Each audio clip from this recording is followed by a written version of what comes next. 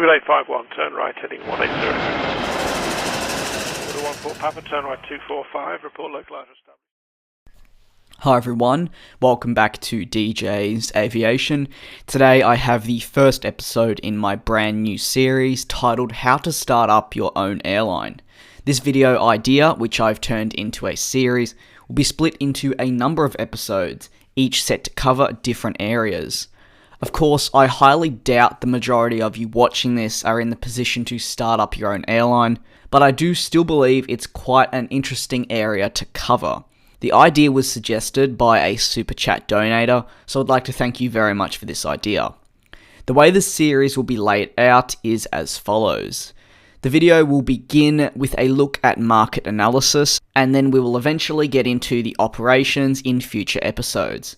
Other video titles have already been decided. They include airplane selection, the servicing of planes, airplane sourcing, operating your airline, and a whole lot more, which I don't want to reveal just yet.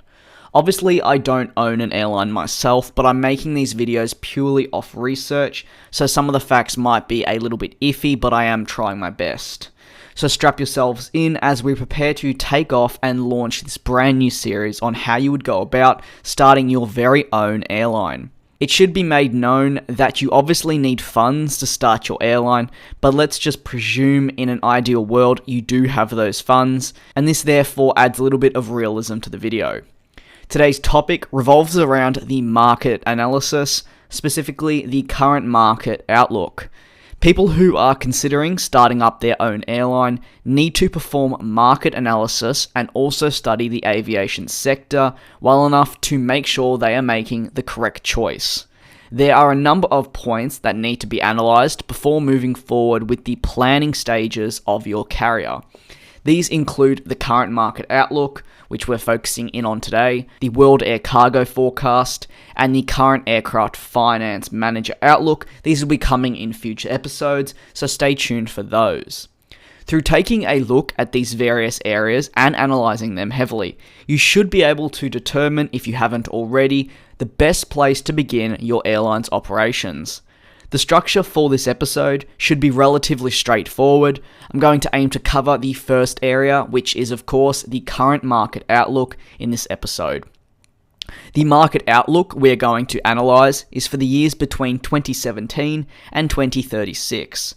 In the current market outlook alone, there are subsections which I also intend to cover, like the global overview, which for many is the most important part, but I'll also be diving into the regional outlook and airplane market sectors. I'm going to try not to speak too fast in this video to hopefully better your understanding.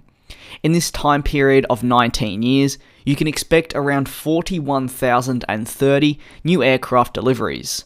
This will be made up of 29,530 single-aisle planes, 2,370 regional jets, 3,160 medium to large wide-body planes, and 5,090 small passenger planes. There will also be a very low total of 920 freighter aircraft.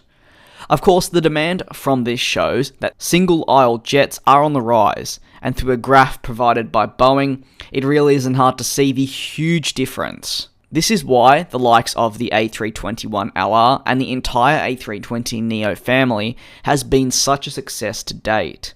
These single-aisle planes with the increased range are the aircraft of the future.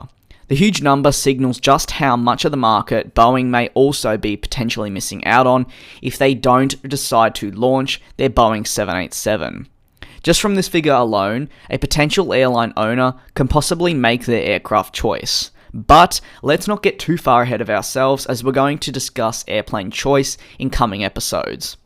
With these 41,030 aircraft, we can determine a large amount of aircraft will be on the way out as well. In fact, it is forecasted that around 23,500 aircraft will need to be replaced in the next 20 years, which means in total there will be around 20,000 added aircraft in our skies in the next 20 years. Now we have determined where the growth is in terms of aircraft, it's time to analyse the regional outlook for particular areas of the globe. We'll begin with Africa and move our way steadily through. It's also important to realize that some regions are going to seriously see ridiculous amounts of growth over the coming years, and when starting your airline, it's really important to note where the growth is. The last thing you, as someone that's starting up an airline, want to be doing is basing your operations somewhere where air travel is not in demand and rather on the decline, as your airline will face severe losses. Africa can expect 1,220 deliveries over the next 20 years of new aircraft. Once again, the single-aisle jets are going to be the most important, with around 900 of them making up our figure of 1,220. Traffic will increase by 5.9%, and the market value will rise to 180 billion. Of course, half of that alone is coming from single-aisle aircraft. So it's certainly on the rise in all aspects for Africa, but this will in fact be dwarfed when we look at various other regions. Now we'll move on to Russia. Russia will be seeing quite the similar growth to Africa. Russia will see 1,230 new deliveries of aircraft, with once again the majority being taken up by single-aisle aircraft. Next in line for growth is regional jets. Traffic is up 4.3%, and the market value overall will be at around 140 billion US dollars. When I'm talking about money, it'll all be in US currency, just to make that clear. In terms of expansion, recently Russia has faced issues with oil and are currently on the rebuild phase. Services to Asia and Europe over the next 20 years are going to be a priority for them. Next, we're going to move a little bit to the left and onto Europe. This is an absolutely huge area of growth and our largest area so far in this video. Europe will see a 3.7% increase in traffic, and therefore will see 7,530 new deliveries of aircraft over the next 20 years. Once again for Europe, single-aisle aircraft are going to heavily dominate the scene, with an expected 5,900 of these deliveries being made up of single-aisle aircraft. Freighters and regional jets are the least in-demand aircraft set to be needed throughout Europe in the next 20 years. Through these new deliveries of aircraft, the market value in Europe will jump to 1,110 billion, with the majority coming from single-aisle and small passenger planes.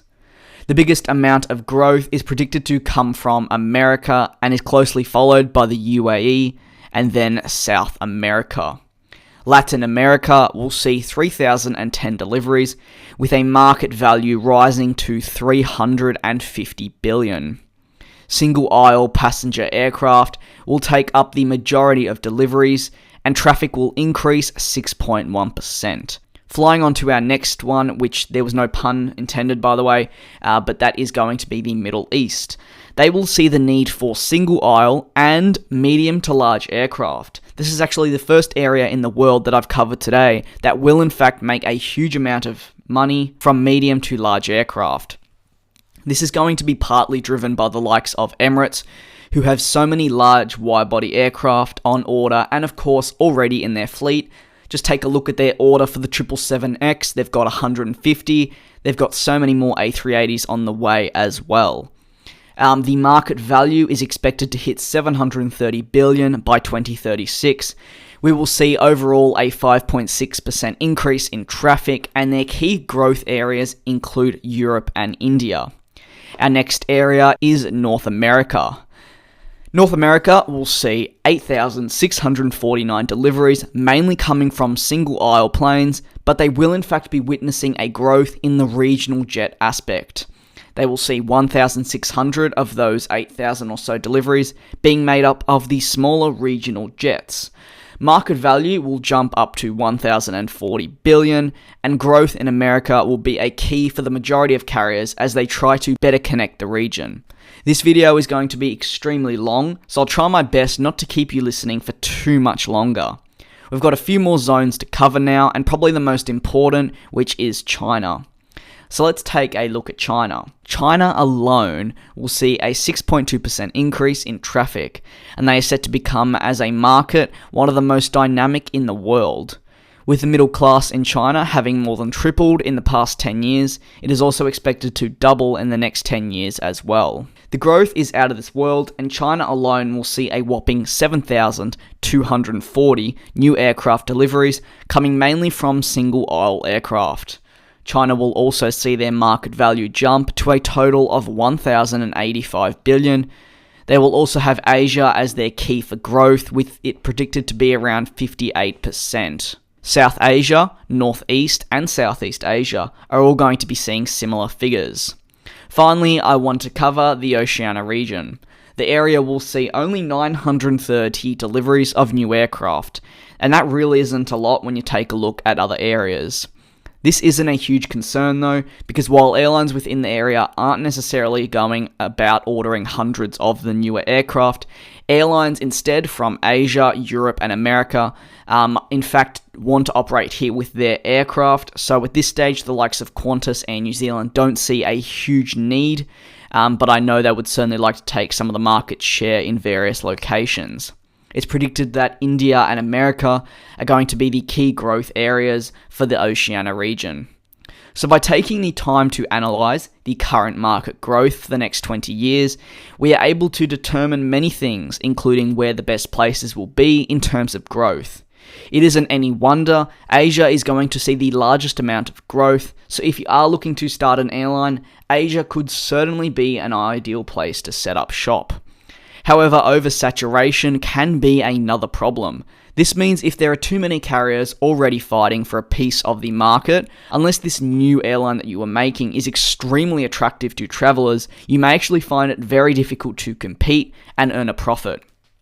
I do hope you all enjoyed the rather number-based first episode in my How to Start Your Own Airline series. These videos take quite a long time to make, edit, write, and upload, so I honestly have no idea when the second episode will air on my channel, but I just ask you wait for that, and you will see it eventually. If you enjoyed this different sort of video, feel free to drop the video a like, and if you're new to the channel, why don't you subscribe as well? I'd like to thank you very much for watching this video of mine. I hope to see all of you in episode 2.